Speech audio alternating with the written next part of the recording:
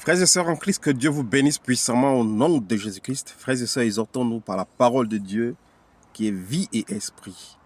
Seigneur Jésus-Christ, nous t'invitons au milieu de nous, viens nous exhorter par la puissance de ta parole, afin que moi je me taise et que toi tu parles à travers ton esprit au nom de Jésus-Christ, que je ne sois qu'un instrument.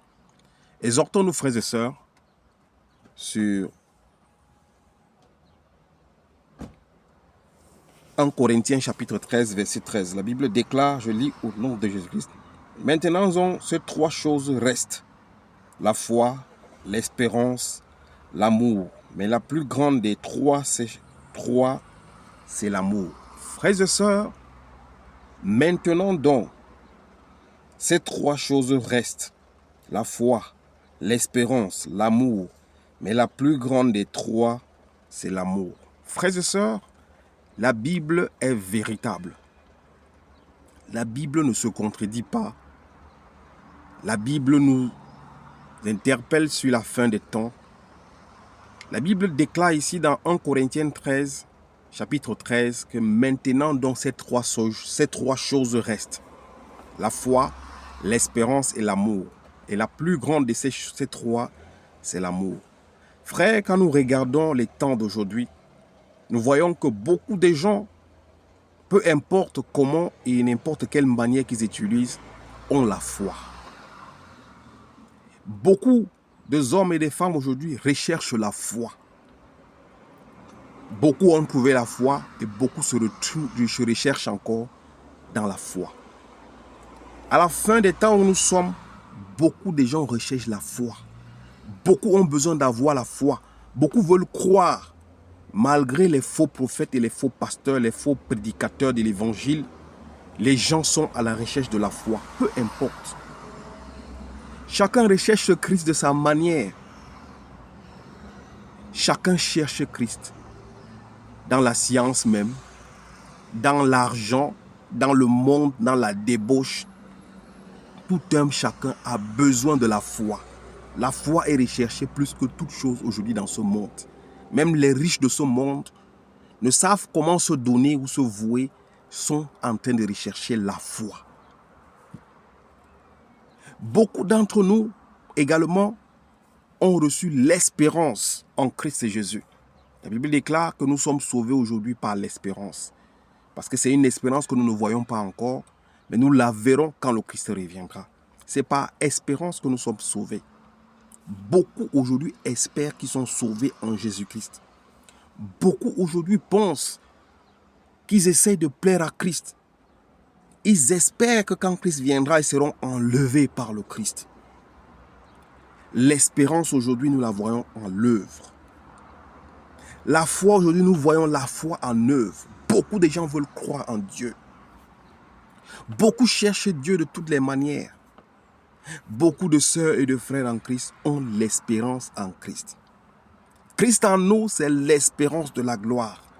Beaucoup pensent qu'étant sauvés aujourd'hui en espérance, ils verront Dieu. Ils seront ressuscités. À l'éternité, ils monteront dans les cieux et ils vivront éternellement avec Jésus-Christ. Tout cela, c'est dans l'espérance. Nous avions été scellés par l'Esprit de Dieu. Aujourd'hui, nous croyons en cela par l'espérance que nous avions en Christ. Nous croyons que nous avions reçu l'Esprit de Dieu par l'espérance que nous avions en Christ. La troisième de ces choses, c'est l'amour. Ça, c'est la plus grande des choses parmi les trois choses qui restent aujourd'hui. Mais c'est la chose la plus rejetée. Frères et sœurs, la Bible nous déclare, mais le plus grand, il est écrit ici, mais la plus grande des trois, c'est l'amour. Beaucoup cherchent la foi, beaucoup cherchent l'espérance, et ils croient en l'espérance qu'ils ont en Christ. Mais beaucoup ne cherchent pas l'amour. La Bible déclare dans le livre de Colossiens 3 que le lien de la perfection, si je ne me trompe pas, Colossiens 3, l'amour est le lien de la perfection. Frères et sœurs, l'amour, c'est le lien de la perfection. C'est bien de rechercher la foi en Jésus-Christ. C'est bien d'avoir l'espérance en Jésus-Christ. Mais celui qui est amour a connu Dieu. La Bible déclare que celui qui déteste son frère est dans les ténèbres et il tâtonne.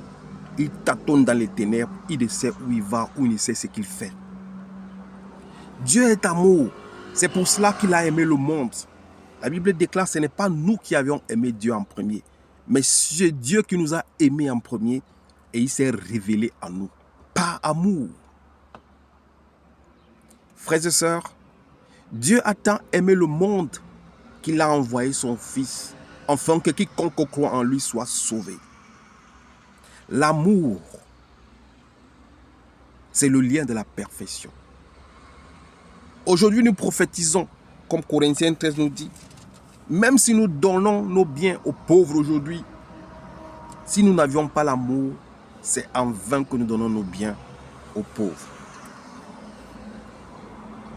Même si je parlais des langues des anges, des hommes, même celles des anges, mais je n'ai pas l'amour, je suis un cuivre qui résonne, un cymbale qui retentit. Si j'ai les dons de prophétie, les dons de guérison, les dons de miracle, les dons, tout don que l'on peut avoir sur terre, si je n'ai pas l'amour, les dons de la connaissance, si j'ai même toute la foi jusqu'à transporter des montagnes, mais que je n'ai pas l'amour, je ne suis rien. Si je distribue mes biens aux pauvres, si même je livre mon corps aux flammes, mais que je n'ai pas l'amour, cela ne sert à rien. Frères et sœurs, maintenant donc reste ces trois choses. La foi, l'espérance, l'amour. Mais la plus grande de ces trois choses, c'est l'amour. Frères et sœurs, recherchons l'amour plus que toute chose. Quand nous lisons 2 Timothée chapitre 3, la Bible déclare qu'à la fin des temps, beaucoup se sont refroidis en amour. Frères et sœurs, ne nous refroidissons pas en amour.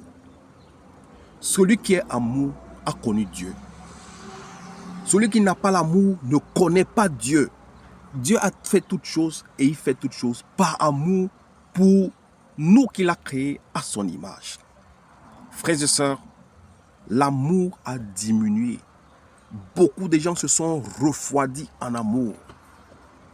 Les gens aujourd'hui ont l'amour du matériel, l'amour des biens, des choses de ce monde, l'amour charnel. L'amour charnel, l'amour fraternel n'existe plus.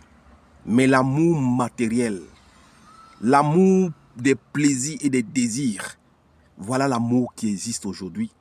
Et ce n'est pas à cela que Dieu nous appelle.